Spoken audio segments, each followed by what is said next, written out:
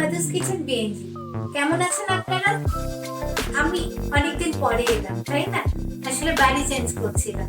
এটা আমার নতুন কিচেন। কেমন হয়েছে?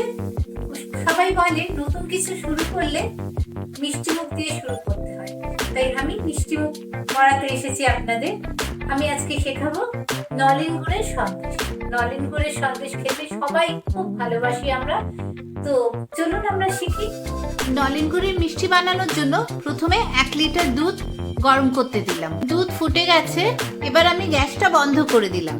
এবার 1/4 কাপ মতো জল নিয়েছি, তাতে 2 টেবিল স্পুন ভিনিগার দিয়ে দেব।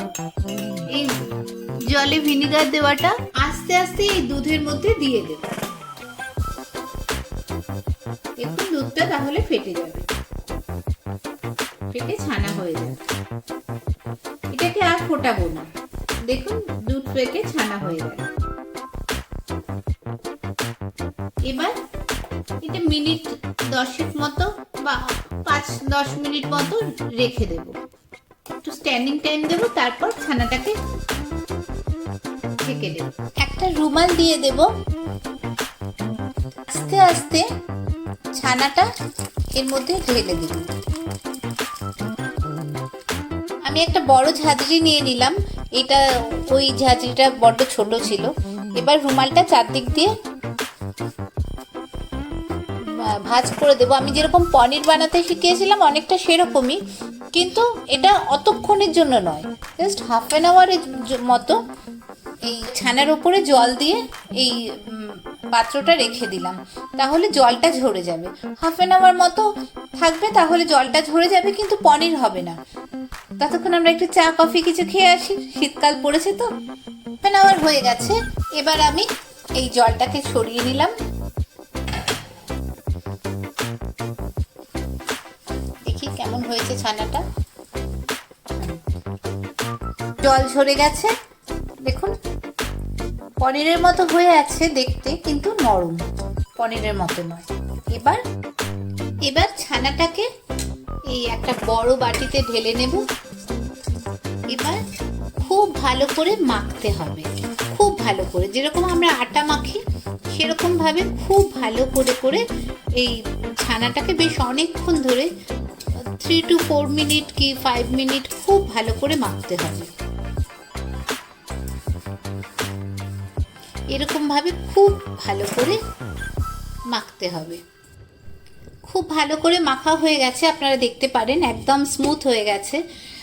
আপনাদের যদি বাড়িতে ফুড প্রসেসর থাকে তাহলে আপনারা ফুড প্রসেসর ইউজ করতে পারেন, মানে যেটা দিয়ে শুধু আটা মাখা হয় সেটা, মিক্সি নয় কিন্তু। তাহলে কয়েক সেকেন্ড ঘুরিয়ে নেবেন জল ছাড়া, শুধু ছানাটা দিয়ে একটু ঘুরিয়ে নেবেন আটা মাখার যেটা আছে সেটাতে, আর না হলে হাত দিয়ে করবেন, কিন্তু মিক্সিতে দেবেন না কিন্তু, তাহলে কিন্তু একদম গলে খুব বাজে হয়ে যাবে, তখন আর করা যাবে না। এটা মোটামুটি 200 মতো, 1 লিটার দুধে মোটামুটি 200 গ্রাম ছানা হয়, তাহলে সেই অনুপাতে আমরা গুড়টা নেব। এই যে নলেন গুড় হাজির, সমস্ত বাঙালিদের শীতকালের পছন্দের জিনিস নলেন গুড়। ফেলুদারও কিন্তু পছন্দের মিষ্টি নলেন গুড়ের সন্দেশ। আমি 100 গ্রাম মতো নলেন গুড় দিচ্ছি। 200 গ্রাম ছানার সাথে 100 গ্রাম নলেন গুড়, কিন্তু আপনারা এটা আপনাদের পছন্দ মতো দেবেন, কম বেশি যে পরিমাণ আপনারা, মানে যতটা মিষ্টি আপনারা চান সেই হিসাবে দেবেন। খুব অল্প আছে গুড়টা হবে, খুব কমিয়ে দিয়েছি গ্যাসটা। গুড়টা ফুটতে শুরু করেছে, এবার আমি ছানাটা দিয়ে দেব।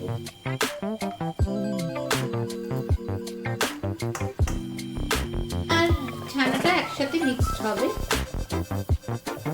আর খুব কম আঁচে হবে।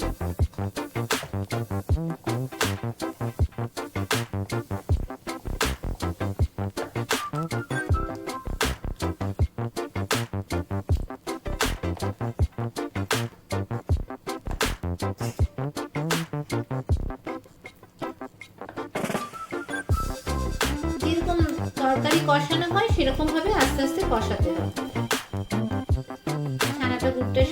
করে মিক্স করে দেবেন।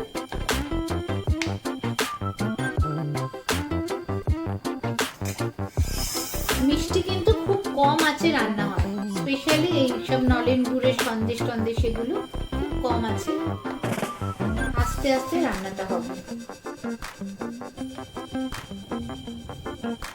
খুব কম আছে হচ্ছে, আর কন্টিনিউয়াস কিন্তু এইভাবে কষিয়ে যেতে হবে, এইভাবে খুন্তি দিয়ে নাড়িয়ে দিতে হবে, না হলে কিন্তু পুড়ে যাবে। কি সুন্দর একটা গন্ধ বেরোচ্ছে, এটাই তো নলেন গুড়ের মিষ্টির মজা। দেখুন এই যে উঠে আসছে, এর মানে এটা হয়ে গেছে। যখন একটা কষানো হবে এইভাবে উঠে আসছে, এর মানে এটা হয়ে গেছে, কষানোটা হয়ে গেছে, সন্দেশটা তৈরি হয়ে গেছে। এবারে আমরা সন্দেশের শেপটা দেব, ডিজাইনটা করব। এবারে আমি গ্যাসটা অফ করে দিচ্ছি। মিষ্টিটা কষিয়ে নিয়েছি, এবারে একটু বড় একটা বাটিতে নিয়ে সামান্য ঠান্ডা করে নিচ্ছি, এত গরম তো গড়া যাবে না। এবার এটা থেকে সমান মাপে কতগুলো বলস বানিয়ে নেব, গোলা বানিয়ে নেব। হাতে সামান্য তেল দিয়ে নিয়েছি, তাহলে এগুলো গড়তে সুবিধা হবে। আমি এলাচ কিংবা ঘি কিছু দিচ্ছি না, অনেকে ঘি দিতে পারেন, কিন্তু আমার মনে হয় নলেন গুড়ের সন্দেশে না শুধু এই গন্ধটা থাকলেই ভালো লাগে। নলেন গুড়ের গন্ধটা থাকলে বা পাটালি গুড়ের গন্ধটা থাকলেই ভালো লাগে, তার সাথে অন্য গন্ধ মিশলে সেই মজাটা থাকে না।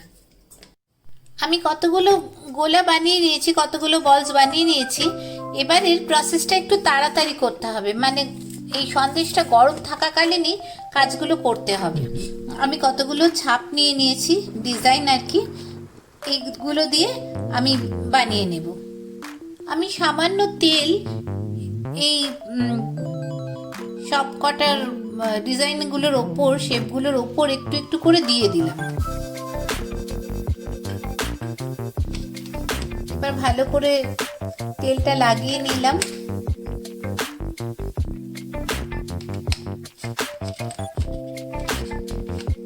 এবার একটা করে গোলা নিয়ে গোলাটা ভালো করে এরকম ভাবে দিয়ে এবারে এইভাবে এটার উপর প্রেস করব। প্রথমে মিডলের এই এরিয়াটা ভালো করে চেপে চেপে দেব, তাহলে ডিজাইনটা আসবে। তারপর যে বাইরে বেরিয়ে গেছে সেই জায়গাটা এরকম একটু এরকম ভাবে করে দেব, তাহলে থিকনেসটা আসবে।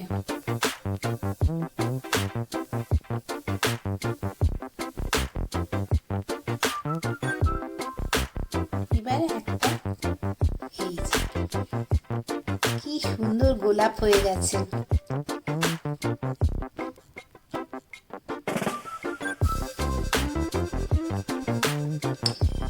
এবার শঙ্খ, প্রথমে মিডলের জায়গাটা যেখানে ডিজাইনটা আছে সেটা একটু চেপে চেপে দিতে হবে, তারপরে বাইরের পোর্শনটা এরকম ভাবে ডিজাইনটা হিসেবে দিতে হবে।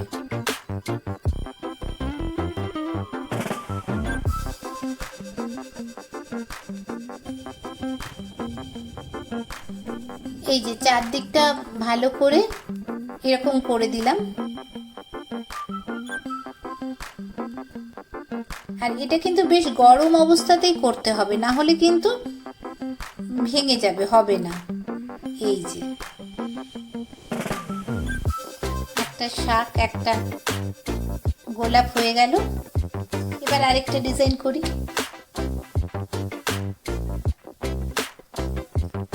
আর আপনাদের কাছে যদি ডিজাইনটা না থাকে তাহলে আপনারা এমনি গোল করেও ওপরে কিসমিস দিয়ে বা অন্য কিছু দিয়ে যেটা যেটা আপনাদের ভালো লাগে সেইভাবেও জাস্ট কাঁচা গোল্লা টাইপের হয় না, সেরকমও করে দিতে পারেন।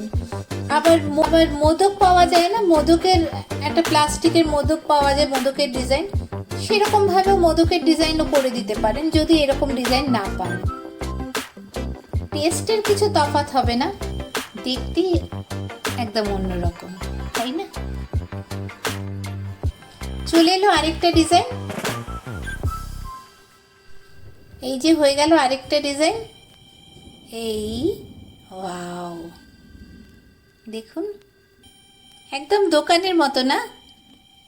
দোকানের থেকেও বেশি ভালো লাগবে, বাড়িতে নিজের হাতে বানানোর মজাই আলাদা।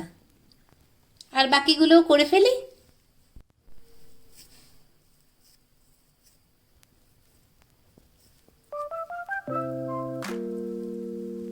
সাইডগুলো একটু এরকমভাবে করে দেবেন, তাহলে একটু থিকনেসটা থাকবে।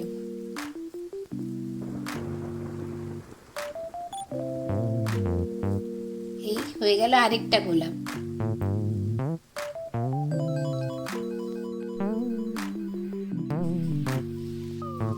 গরম থাকলে না একটু নরমও থাকবে, তাহলে এটা বানাতে সুবিধা হবে। একটু বেশি ঠান্ডা হয়ে গেলে আবার শক্ত হয়ে যাবে, তখন কিন্তু এই ডিজাইনগুলো দেওয়া যাবে না। তাই একটু গরম থাকার অবস্থায়, একটু নরম থাকা অবস্থায় জিনিসগুলো করে ফেলতে হবে। এই যে এদিকটা একটু ঠিক রাখলাম, এবারে আস্তে করে তুলতে হবে। এবার একটু ঠান্ডা হলে এটা শক্ত হয়ে যাবে, তখন আর কিন্তু ভাঙবে না।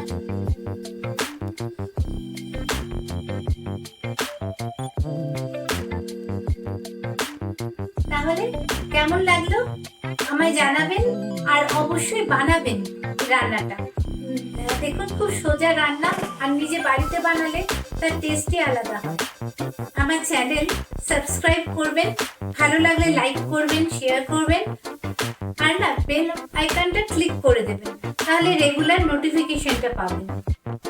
ভালো থাকবেন, টাটা, থ্যাংক ইউ।